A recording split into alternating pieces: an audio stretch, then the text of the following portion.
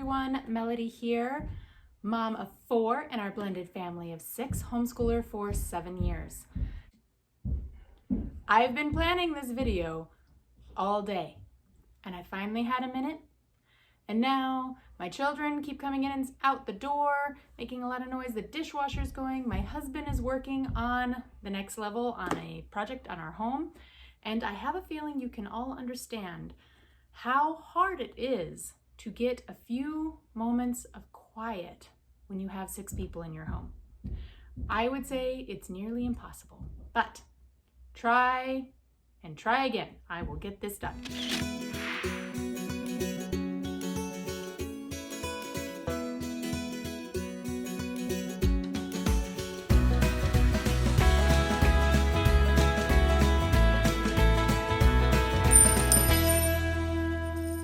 I'm going to be reviewing Curiosity Chronicles, Ancient History.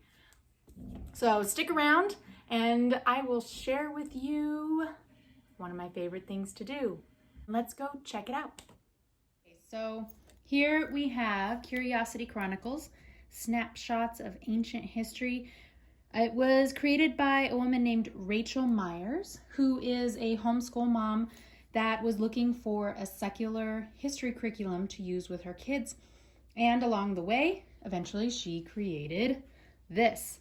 There are multiple pieces to this curriculum, and I will go through each one individually. But as a start, we have the main book. Here, this is a hardcover book. I feel like it was really well bound. We treat our books pretty well in our home, so I didn't have any trouble with quality of binding, except you can see there's a tiny crack here in the back, but otherwise it stayed in really good condition. It came with a digital audio, and I'll explain more about that later. There's the instructor's activity guide for the parent or teacher, and then there's the student guide. So, oh, one more thing. There's also a timeline that comes with it. So I'm going to start with the printed book itself. As a note, you can get this material in multiple formats. You can get it digitally, or you can just get it all printed like I did. The audiobook, it does come digitally no matter what, but if you are like me and you like having your hands on the material, then you might want to get it printed. So first we have a table of contents here. There's 12, 27, there are 36 chapters in the entire ancient history book, and it is about all over the world. It goes places from ancient Egypt, Mesopotamia, and China, Asia, all over the place.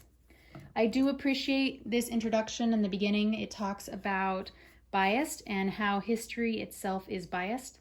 You can't get around that.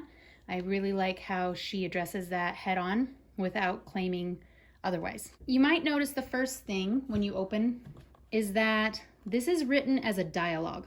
There are 2 characters here. You've got Ted and Mona. They are the only 2 characters throughout the ancient history series. I haven't started using the medieval history or early modern or modern history, but I'm guessing that it's going to be consistent throughout.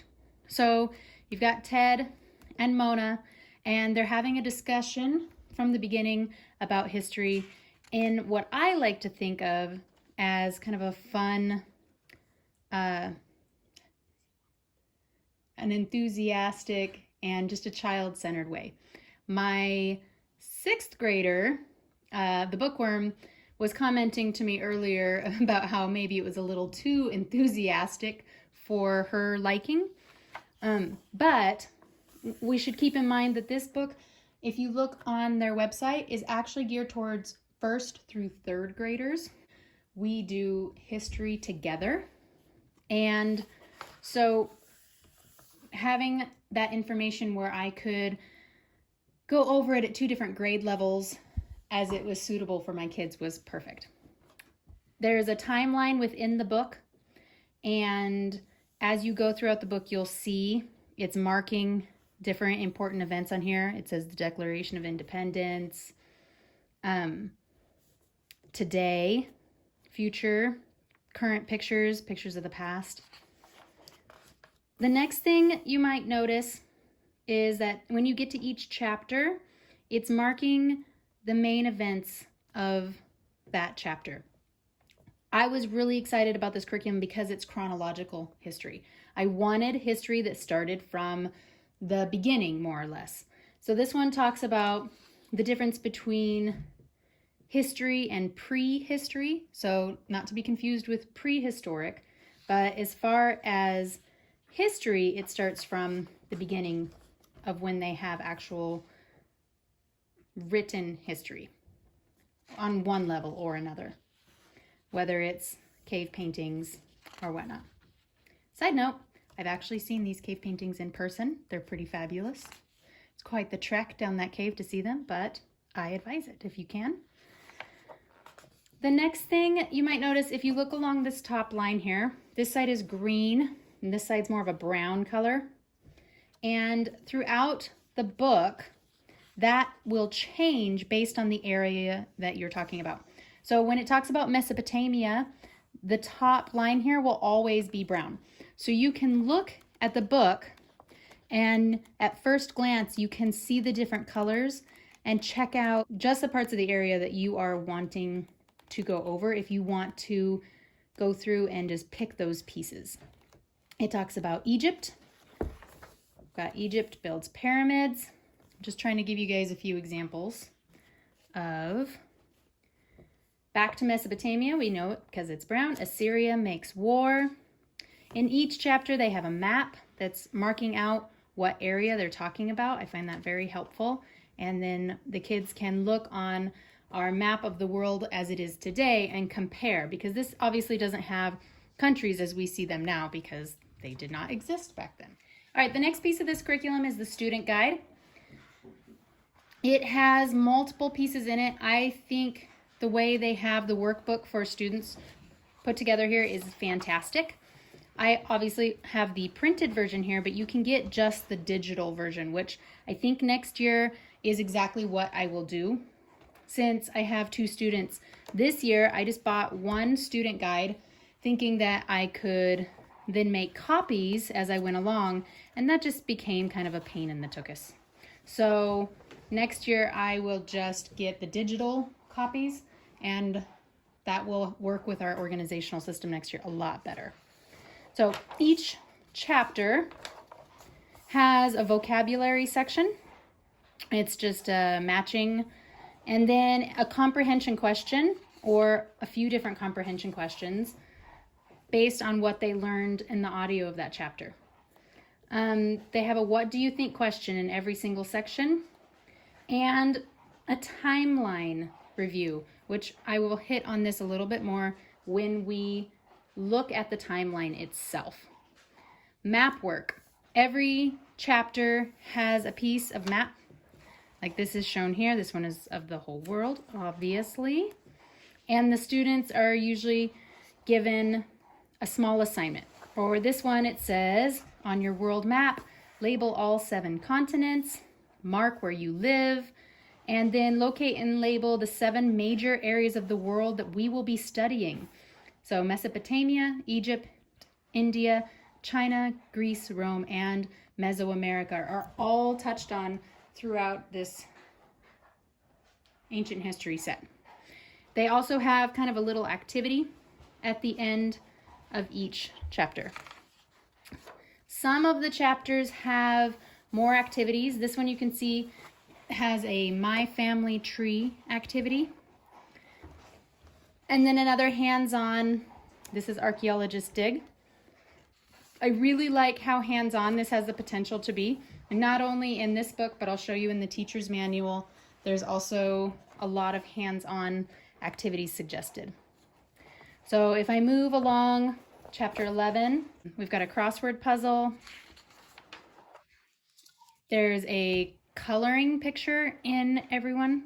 So I find that the coloring picture in the beginning of the year, I thought was great for the kids to take some time to color while we listened to the audio and the telling of the story. But as the year went on, because my kids are a little bit older, they didn't seem to have much interest in the coloring portion of it, so we simply skipped it. No big deal. Let's see. Throughout the chapter, you've got topic reviews where you can either tear this out of the book if you wanted to, or make a copy of it if you didn't want to tear it out of the book. And the kids can put these in chronological order or use it however you want to use it. Another review is every few chapters they have a fortune teller. The kids build a fortune teller, and I'll show you those when I show you the kids' work. I have a few samples of their work to show you. But this is the student guide untouched because, as I said, I made copies of them. So I will show you the student guide pages that I copied that the kids used. Okay, so here is, I believe this was beans? Oh, nope, this was the bookworms. And here's that same section that I showed you that hadn't been used. You can see the kids just draw a line on here. They have a chance to give their answer. If you want to, you can focus more on complete sentences and proper grammar, proper spelling, handwriting.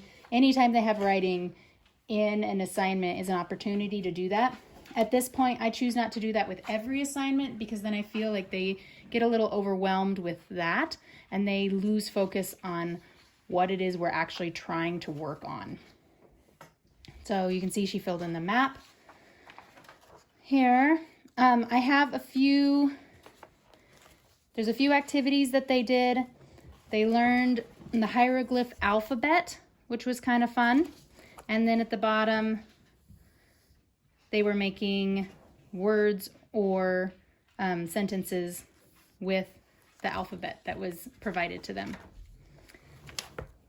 There are 3 of the fortune tellers that she put together. If you don't know what those are, I will open this one up. I think we all remember doing this as a kid, you know, where you pick a number and then you go like this and then you pick a word and then you do this through the spelling of the word and eventually you open it up and the kids had to go through and find the answers to the questions that were on the inside. So I thought this was a fun way to review the material without actually having a test or something along those lines.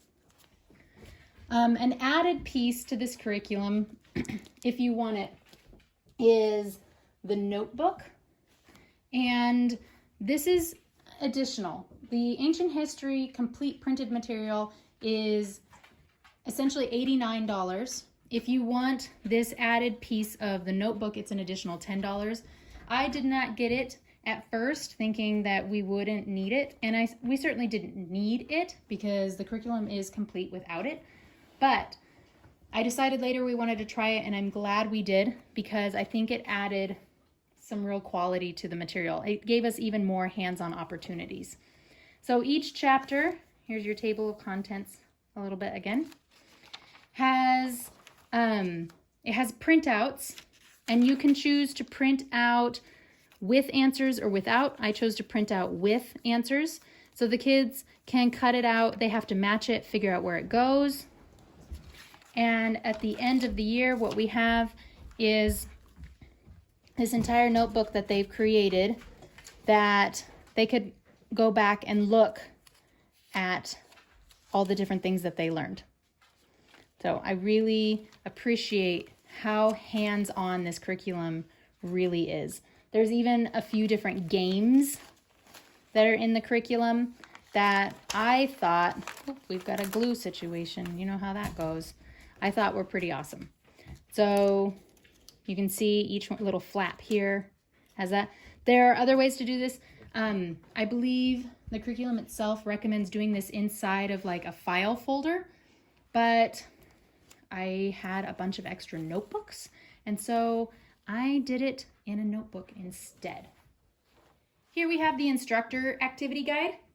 So it's always nice to have the answers to those questions that the kids are having to figure out in their workbook. And so it is all right here for you, ready to go. Table of contents. I got my kids in the background here trying to be noisy. It's got an introduction on how to use the book, general book recommendations. In here, it's got a sample schedule. The way that we did this is we did it once, sometimes twice a week, depending on how much time we had for it. And what? Nothing. So if you had a younger kid, you'd probably just want to do really short sessions and do it throughout the week. They'd probably absorb more information that way. But once or twice a week worked well for us. I think what we did often is we would work on their notebook on one day, and then we would listen to the audio more than once, because I just think the more you hear it, the more likely you are to absorb some of it. I'm not particularly worried about my kids memorizing dates. In my mind, history is interesting in and of itself. And if they don't want to learn it, they're probably not going to absorb it anyway. So trying to make them memorize dates is going to give me a headache and them a headache. So we go over it, and I encourage them to grab onto the things that they find interesting, and hopefully the basics stick.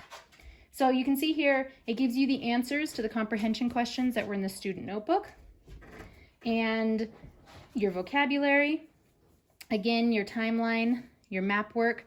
And then one of the best parts is they have reading suggestions. So there's a list of picture books for younger kids, and then some easy reader books for kids that might be a little bit older, and cross references. Now, because my kids are older, and because I'm the cool mom, I have the Kingfisher History Encyclopedia. And so anytime that's referenced in a chapter, I make them read it directly out of the encyclopedia. My older daughter, well, third oldest, the oldest one that's homeschooling, the 11-year-old who's a 6th grader, has informed me today that she would just as soon read the encyclopedia for her history lessons as anything else. So I don't know what that says, but I found it interesting. They have hands-on activities for every single chapter. So the girls did make a timeline of their life. I won't reference it here. But there are multiple activities. You have an option to make a family tree, create your own archaeological dig. Those are the 3 for that one. We don't really do video games in our house, but if you do video games in your house and you're into Minecraft, which I understand to be very popular, there are Minecraft activities connected to each chapter, which I think is really cool. So the kids that are into that can connect it to the things they love to do anyway. So the entire book pretty much just goes on like that for each chapter. Then when you get towards the end, it gives you the fortune teller answers if you need them. It gives you, oh, there goes another kid making noise in the background. It's what we do here. The timeline reviews, it tells you what order they go in and what year things are when it's pertinent. And instructions for the topic review, other review method ideas if you need some. For the maps, it shows you the answers to all the map work that you need to do. And last but not least, at least I think it's last, they've got the activity page solutions. So when you need to know where the answers are, or I don't know about you, but mixed words just boggle my mind. So I always have to look for the answers for those. Well, my kids usually get them without my help. So anywho, that's your instructor's guide. Okay, the last piece I'm going to go over today is the timeline. I love the timeline here. This is a digital piece of this curriculum, and it can be laid out multiple different ways. There are different formats for the timeline. There are formats where you can get it laid out like if you were going to lay it out along your wall. But I think if I recall, they said the entire timeline is about 40 feet in length. So that's a little bit more space than I was willing to dedicate to a timeline. And so I decided to print it and just put it in one of these, they're not a 3-ring binder, but the little like folders with the 3 tabs in it. So it starts at 3500 BCE. As a reminder, this is a secular curriculum. So BCE meaning before the Common Era, and then CE meaning Common Era. It gives you, for every chapter that you go through in the book, it's got some little squares, and you cut those out, and then you find where they go on the timeline. We also added a few other things that we found interesting as we went along. This timeline can be used throughout the history curriculum. So this is not just for ancient history. As we go along, we will find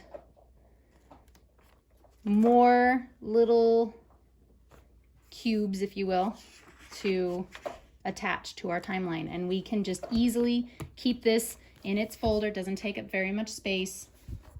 And it goes on our shelf. Curiosity Chronicles, snapshots of ancient history. I hope that review answered all of your questions. Again, there are 4 levels in this curriculum. There's ancient history, medieval times, early modern history, and then modern history. They start at a 1st grade level, and well, it's more of an age group, so it's 1st to 3rd grade, and then it progresses throughout. However, I don't really think you need to worry about how specific the grades are here. I found this really interesting. I enjoyed doing it. My 11-year-old says that she wants something more boring. So if that's her big complaint, that it's not boring enough for her, I feel like that's a win. So check out curiositychronicles.org if you like it. I was not paid to do this video. These are my thoughts and my thoughts alone. I bought this curriculum with my own money. We used it, and I will absolutely be using it again. I'm going to ask the girls what their thoughts are on the curriculum.